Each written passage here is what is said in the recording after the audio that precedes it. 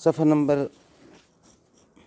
64 یعنی کہ پیج 64، معارف حدیث جلد اول، ملائکہ کے متعلق ایک شبہ اور اس کا جواب۔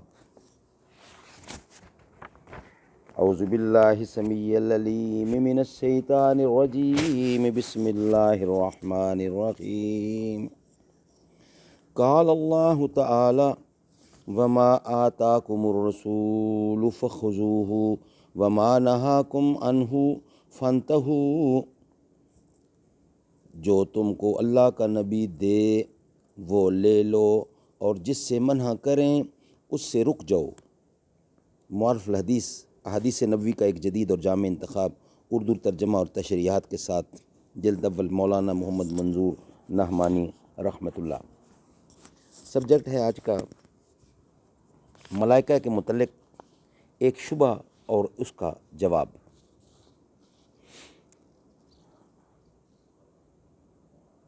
ملائکہ کے وجود پر یہ شبہ کہ اگر وہ موجود ہوتے تو نظر آتے، سخت جاہلانہ شبہ ہے۔ دنیا میں کتنی ہی چیزیں ہیں جو باوجود موجود ہونے کے ہم کو نظر نہیں آتیں۔ کیا زمانہ حال کی خوردبینوں کی ایجاد سے پہلے کسی نے پانی میں، ہوا میں اور خون کے قطرہ قطرہ میں وہ جراثیم دیکھے تھے جن کو خوردبین سے آج ہر آنکھوں والا دیکھ سکتا ہے؟ اور کیا کسی آلے سے بھی ہم اپنی روح کو دیکھ پاتے ہیں؟ تو جس طرح ہماری آنکھ خود اپنی روح کو دیکھنے سے اور بغیر خوردبین کے پانی وغیرہ کے جراثیم کے دیکھنے سے عاجز ہے، اسی طرح فرشتوں کو دیکھنے سے بھی وہ قاصر ہے۔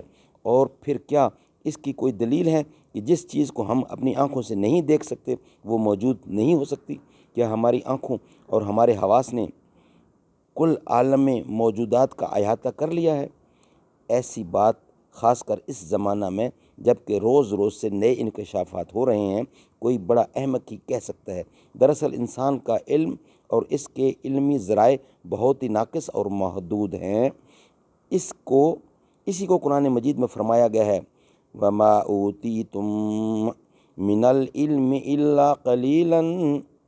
اور اللہ کی کتابوں پر ایمان لانے کا مطلب یہ ہے کہ یقین کیا جائے کہ اللہ پاک نے اپنے رسولوں کے ذریعے وقتاً فوقتاً ہدایت نامے بھیجے، اور ان میں سب سے آخر اور سب کا خاتم النبیین اور سب کا خاتم قرآن مجید ہے، جو پہلی سب کتابوں کا مصدق اور مہمن بھی ہے۔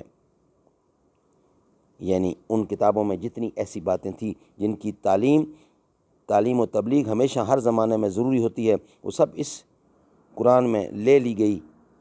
گویا یہ تمام کتب سماویہ کے ضروری مضامین پر حاوی اور سب سے مستثنیٰ کر دینے والی خدا کی آخری کتاب ہے، اور چونکہ وہ کتابیں اب محفوظ بھی نہیں رہیں، اس لیے اب صرف یہی کتاب ہدایت ہے جو سب کے قائم مقام اور سب سے زیادہ مکمل ہے، اور زمانہ آخر تک اس کی حفاظت کی ذمہ داری اسی لیے خود اللہ تعالیٰ نے لی ہے۔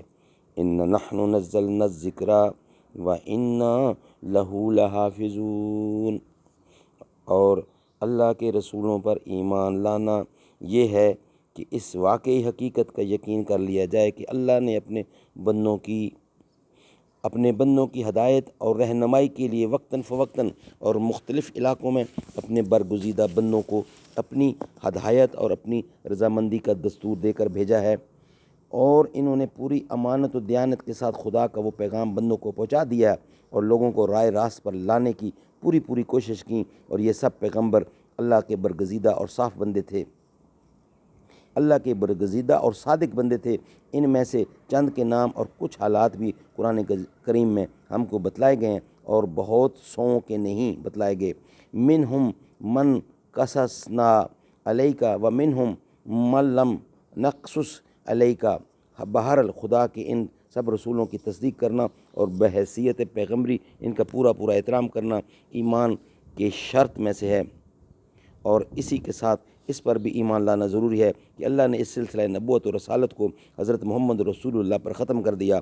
آپ خاتم الانبیاء اور خدا کے رسول ہیں، اور اب قیامت تک پیدا ہونے والے انسانوں کے لیے نجات و فلاح آپ ہی کے اتباع اور آپ ہی کی ہدایت کی پیروی میں ہے۔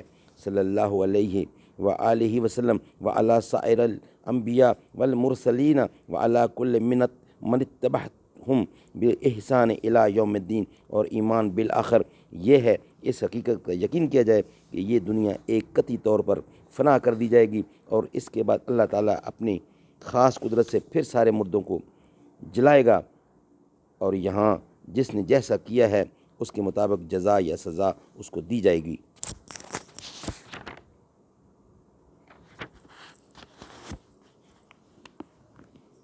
انشاءاللہ اس کا بقیہ حصہ نیکسٹ ویلاگ میں بیان کیا جائے گا۔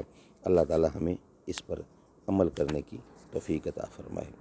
صدق اللہ العلی العظیم و صدق رسولہ النبی الکریم۔